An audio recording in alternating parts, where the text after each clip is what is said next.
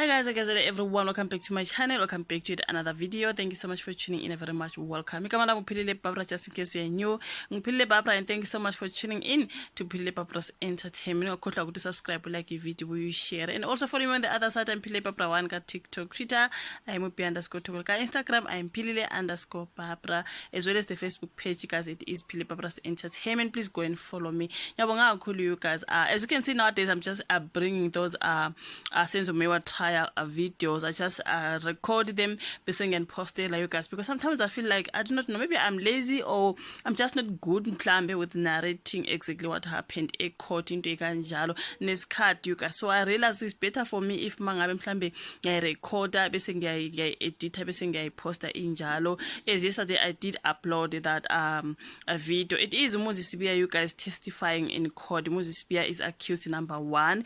So he's testifying. I did upload that video yesterday as he was busy testifying, but then I'm continuing to upload lawa clips, you guys. Muzikawukhulelwa is testimony carries on today, even something like that. So what I'm gonna do is just keep on bringing those clips zaka Muzikawukhulelwa and whatever's happening, if ever someone is on the witness stand into Ikanjaleka. So I'm just going to try to get those and then basically get posted. And instead of me just trying to summarize it, trying to, into Ikanjaleka, you guys, like sometimes I'm busy at work. Imagine now I just came from work, and then I have to sit down and summarize it. You know what? All those things, you guys, sometimes they're just kind of like stressful. So I realized, you know what? Let me just post it testimony yakhe njengoba injalo edithenya lapha you guys, so that as phela ama copyrights into kanjalo. So yeah, let us just continue watching Muzikawukhulelwa as he testifies in court. Yeah, thank you so much, you guys. Enjoy the video as Muzikawukhulelwa is still on the witness stand testifying, narrating the story, exactly what happens in the Kanja. Thank you so much, you guys, for your love and support. And like my video, please, while you are watching, please like the video, subscribe if you still haven't subscribed, because I will keep on posting what is happening when it comes to Senzo Mewa trial. So I'll try to do this just to get that video, edit it a little bit and post it so that you can watch it exactly how it happened in court, right? Isn't that better? Thank you so much. Continue watching Muzikawukhulelwa testifying in court. Do you recall going to Aratin? I'm not familiar with Eratin. I don't know Eratin.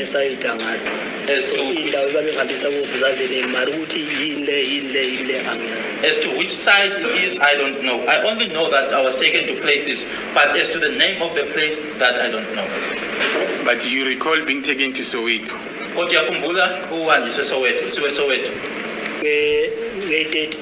Is it on the 30th? Yes. Yeah. Yes. And then you recall being taken to a police station there?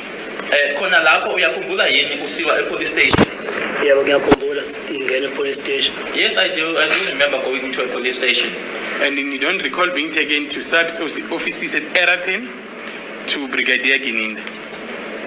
Awukhumbuli usiwa emahhovisi amaphoyisa khona eRatin usiwa kuyena uBrigadier Gininda? Angaze ngiye. I've never went. And that is very important, see. Baleke kakhulu ke nalokho. Okay. Mkhula testified about that. Umkhula unikeze uthule ubufakazi ngalokho. Munareng testified about that. Umunarenge uthule ubufakazi ngalokho. Buthelezi testified about that. Buthelezi naye futhi. Gininda testified about that. Kanye naye uBrigadier Gininda. Bonke lawo bantu lawo bakhuluma imbono yabo. Mina engushoyo ukuthi mina ngaze ngiyela ngasuka eFosorus ngasangena police station yaseDikloof. Lawo bantu baqamba manga. Those people saying or conveying their views, what I'm saying is that I was taken from Fosorus to Dikloof. Those people were telling lies. And then Mapumulo is also telling lies. I'm adding on the list. Yes. Yes, telling lies. And the only person who's telling the truth before this court is Muzikawukhulelwa. Umuntu nje ekuyena okhuluma iqiniso kule nkantolo uMuzikawukhulelwa. Yes. And we should believe you. Futhi kufanele sikhole. So all these 5 people, when they came before this court to give their evidence, it never crossed your mind again that they never took me to Eratin, as they are saying. And you brought that to the attention of your defense counsel. Kathi ke labantu bela enkantolo laba asebechaziwe ke manje bekhuluma lona ke lo daba lomshishisi athi balusho akuzange naloko ukufikeleke emqondweni wabo ukuthi cha lokho abakushoyo akusilona iqiniso angitshela ummeli wami ngaloko ukuthi lento abayishoyo cha ayikho kanjalo ngoba ngishela thina ngiyazi mina engikwazi ukuthi ngasuka eFosorus ngaya eDiklufe police station my lord. As I said that I'm not familiar or I don't know Eratin, what I'm saying is that I was taken from Fosorus to Diepkloof, my lord. So I will accept your explanation if it was only one person who testified regarding Eratin offices, but 5. Bengizoyamukela ke nomfakazi bakho bengizokwamukela ke uma bekuwukuthi bekuwumuntu oyedwa okhuluma ngeEratin lena ke kodwa lana sikhuluma abantu abahlanu abakhuluma into eyodwa. Inkosi kaTolo ama-side mabili i-side lami ne-side lamaphoyisa amaphoyisa uthe mangaka because umuntu ayimbophile wayeyi-1 umfakazi bami iKaTolo ngicela ukuthi kuthathe umfakazi bami buyi-1 akekho umuntu engangiboshwe naye nje same time. My lord, there are two sides. It's my there are two versions. It's my version as well as the version of the police officers. That there were 5 police officers. I was alone because there was no any other person that I was arrested with. So I'm requesting the court to take my version. So do you understand that if what you are telling the court today is what your lawyer put to the witnesses, will have saved a lot of time? Ingabe uyazi yini ukuthi uma kuwukuthi lokhu wena okushoyo manje lana kwakuyinto owayitshele ummeli wakho ingabe kunesikhathi esiningi kakhulu ingabe okunye akuzange nje kuthatha isikhathi eside kwathatha isikhathi esincane uma kuwukuthi lokho okushoyo wawumtshelile ummeli wakho ngakho Eratin about Eratin. Correct. Yeah. ngamtshela ukuthi Eratin angiyazi ngiyazi angaze ngiyibone. Even I informed him that I don't even know Eratin. I've never seen Eratin. And then they went on length to cross-examine Buthelezi regarding what happened at Eratin. Futhi kwase kungenwa ke kanzulu ke kwase kujulwa ke ukuthi aze atshele uButhelezi mayelana nalokho okwenza noma ebuzwa ngalokho okwenzeka khona eEratin. Wayibuza uMngomezulu la. Are you saying by Mr. Mngomezulu? Yes, sir. Yebo. Yeah. Mina ngikhulumela iside lami shothi kubantu ubuza mina ukuthi wayekwenzakala so ngenza so ngabe ngiphela mawubuza ukuthi uMngomezulu wayembuza uMngomezulu uyakwazi ukuyikhulumela nami ngikhulumela mina. I am now here conveying my version. If you are asking me about what was said by Mr. Mngomezulu, then Mr. Mngomezulu will be able to speak on his behalf. So are you saying whatever that was put to the witnesses, it was not your instructions? You are distancing yourself from those instructions. Ngale mpendulo oqeda uyinikeza manje noma ngaloko oqeda ukusho manje ingabe uthi lokho okwakushiwo ummeli wakho ekusho kofakazi ukuthi wena uyayiqhelanisa kulokho awuhlangani nalokho?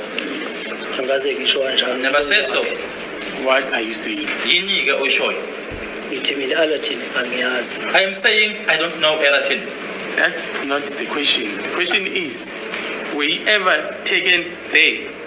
Akusiwona umbuzo lo kodwa umbuzo uthi wasiwa yini khona lapho? No. Do you remember being taken from Eratin to Diepkloof by Monaring and Mapumulo?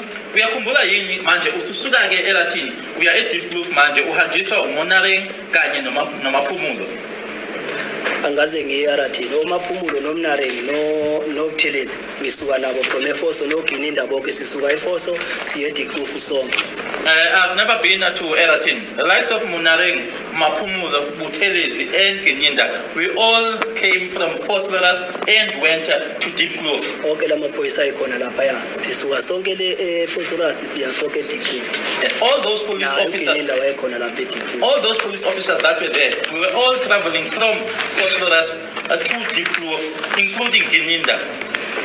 Gininda told this court that after they departed Fosorus, he started making arrangements telephonically and he get hold of Colonel Mboto.